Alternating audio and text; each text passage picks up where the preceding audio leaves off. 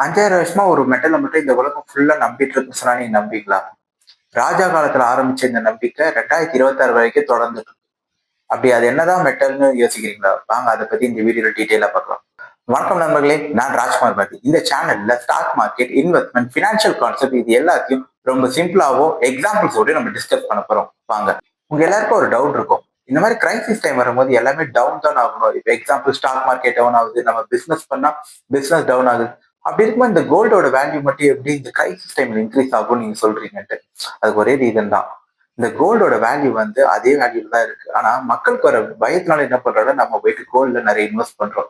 ஏன்னா நம்ம இந்தியன்ஸோட mind set எப்போதுமே என்ன இருக்குன்னா, கோல்டுன்றது ஒரு சேஃப்கான ஒரு சிம்பிள். அதனால நம்ம என்ன பண்றோம்னா கோல்ட்ல நிறைய இன்வெஸ்ட் பண்றோம். ஸோ அதனாலதான் பாத்தீங்கன்னா அந்த டைம்ல கோல்டோட விலை இறங்காம ஏறிட்டு இருக்கு. கோல்டுக்கு இன்னொரு நேம் இருக்கு, சேஃப் ஹெவன் அசெட்னு. ஏன்னா எப்பப்பெல்லாம் வேர்ல்டுல வந்து ஏதாவது கிரைசிஸ் இல்லாட்டி அன்எக்ஸ்பெக்டட் ஈவெண்ட் நடக்கும்.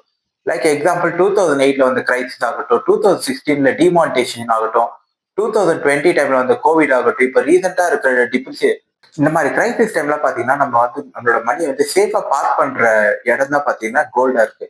ஏன் கோல்டுல பார்க் பண்றாங்க, வேற எந்த அசட்டும் இல்லைன்னு யோசிக்கலாம். பட் கோல்டுக்கு பாத்தீங்கன்னா ஒரு 5000 இயர்ஸ்க்கான ஒரு ட்ராக் ரெக்கார்டு இருக்கு.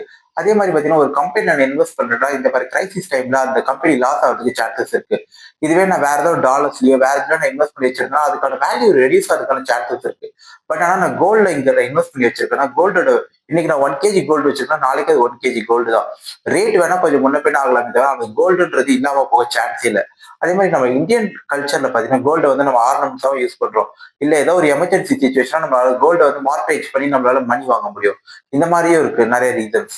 எப்பெல்லாம் கிரைசிஸ் வருதோ அந்த டைம்ல எக்கனாமியை ஸ்டிமுலேட் பண்றதுக்கு கவர்மெண்ட் வந்து சில ஆக்ஷன்ஸ் எடுப்பாங்க. அதெல்லாம் ஃபர்ஸ்ட் ஒன் பாத்தீங்கன்னா கவர்மெண்ட் அந்த டைம்ல கரன்சியை வந்து நிறைய பிரிண்ட் பண்ணுவாங்க. எஸ், கரன்சியை வந்து பிரிண்ட் பண்றதுனால என்ன ஆகும்னா மக்கள் கிட்ட கரன்சி நோட்ஸ் வந்து அதிகமா இருக்கும். ஸோ நேற்று வரைக்கும் ஒருத்தர்கிட்ட 10,000 ரூபாய் இருக்கும்போது இன்னைக்கு அவங்க ஒரு 20,000 ரூபாய் கிடைக்குதுன்னும் போது அவங்க அதனால நிறைய பர்ச்சேஸ் பண்ணுவாங்க.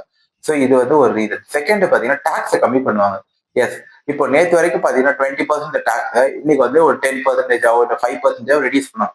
இதனால என்ன ஆகும்னா மக்கள் கிட்ட காசு வந்து அதிகமாகும். இதுவும் ஒரு ரீசன். மூணாவது பாத்தீங்கன்னா ரிலீஃப் பேக்கேஜஸ் பண்ணுவாங்க. எந்தெந்த செக்டார்ல நிறைய பீப்புளுக்கு வேலை போயிருக்கோம் அந்த செக்டார்ல வந்து பூஸ்ட் பண்றதுக்காக சில ஆக்டிவிட்டிஸ் பண்ணுவாங்க. அதனாலயே பாத்தீங்கன்னா மார்க்கெட்ல கொஞ்சம் காசு வந்து கைக்கு வரும். கவர்மெண்ட் இந்த மாதிரி ஆக்ஷன் எடுக்கும்போது என்ன ஆகும் பாத்தீங்கன்னா மார்க்கெட்ல மணி சர்க்குலேஷன் நிறைய இருக்கும். இந்த மாதிரி மணி சர்க்குலேஷன் நிறைய இருக்கிறதுனால என்ன நடக்கும்னு பாத்தீங்கன்னா நிறைய பீப்புள்கிட்ட நிறைய மணி இருக்கிறதுனால அவங்க ஏதாவது ஒரு ப்ராடக்ட்ஸ் வாங்குற ஏதோ திங்ஸ் வாங்குறேன்னு போயிட்டு பர்ச்சேஸ் பண்ணுவாங்க. ஸோ இதனால என்ன ஆகும் பாத்தீங்கன்னா ஆட்டோமேட்டிக்கா மணியோட வேல்யூ பாத்தீங்கன்னா டிக்ரீஸ் ஆகும். அது எப்படி டிக்ரீஸ் ஆகும்னு நீங்க நினைக்கிறீங்களா? எஸ், இப்போ நேத்து வரைக்கும் ஒரு பொருளோட விலை 100 ரூபாய் இருக்கும், இன்னைக்கு 150 ரூபாய் இருக்கும். அதுக்கு காரணம் என்னன்னு பாத்தீங்கன்னா நேத்து இருந்ததோட இன்னைக்கு டிமாண்ட் வந்து அதிகமாகுது. ஏன்னு பாத்தீங்கன்னா நேத்து இருந்த காசை விட இன்னைக்கு மக்கள் கிட்ட நிறைய காசு இருக்கு.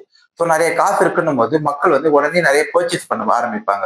ஆனா நேத்து இருந்த சப்ளை வந்து இன்னைக்கு திடீர்னு நம்மளால சப்ளை வந்து இன்க்ரீஸ் பண்ண முடியாது.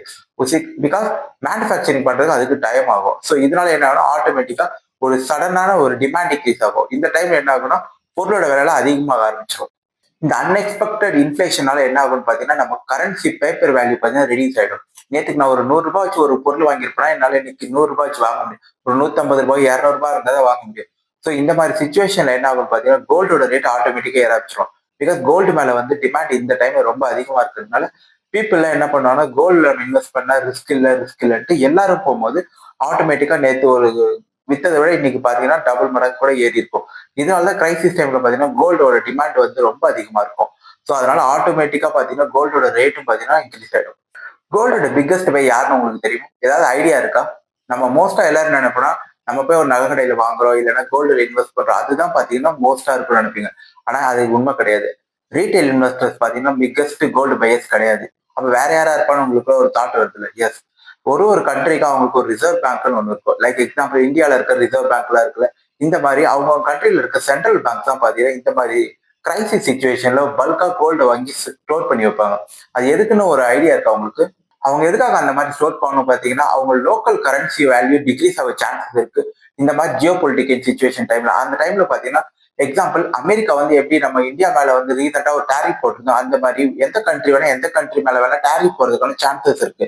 இந்த மாதிரி டேரிஃப்னால அந்த கண்ட்ரில இருக்க கரன்சி வேல்யூ டிப்ரிசியேஷன் ஆகலாம். அது மட்டும் இல்லாம அங்க இருக்கிற இன்ஃபிளேஷன் ரேட் வந்து அதிகமாகலாம். ஸோ இதெல்லாம் வந்து பேலன்ஸ் பண்றதுக்காக என்ன பண்ணுவாங்கன்னா சென்ட்ரல் பேங்க்ஸ் வந்து கோல்டு வந்து சேஃப் ரிசர்வா யூஸ் பண்ணி எல்லாத்தையும் பாத்தீங்கன்னா பர்ச்சேஸ் பண்ணி வச்சிருப்பாங்க. இதனால என்ன பண்ணுவாங்க, அவங்களுடைய எக்கனாமியை வந்து ஸ்லோ டவுன் ஆகாம ஓரளவுக்கு பேலன்ஸ் பண்ண ட்ரை பண்ணுவாங்க. அதுக்காக தான் பாத்தீங்கன்னா சென்ட்ரல் பேங்க்ஸ் எல்லாருமே கோல்டு வந்து இந்த மாதிரி கிரைசிஸ் சுச்சுவேஷன் நிறைய பர்ச்சேஸ் பண்ணி வச்சிருப்பாங்க. நெக்ஸ்ட் முக்கியமான ரீசன் பாத்தீங்கன்னா சப்ளை லிமிடெட்.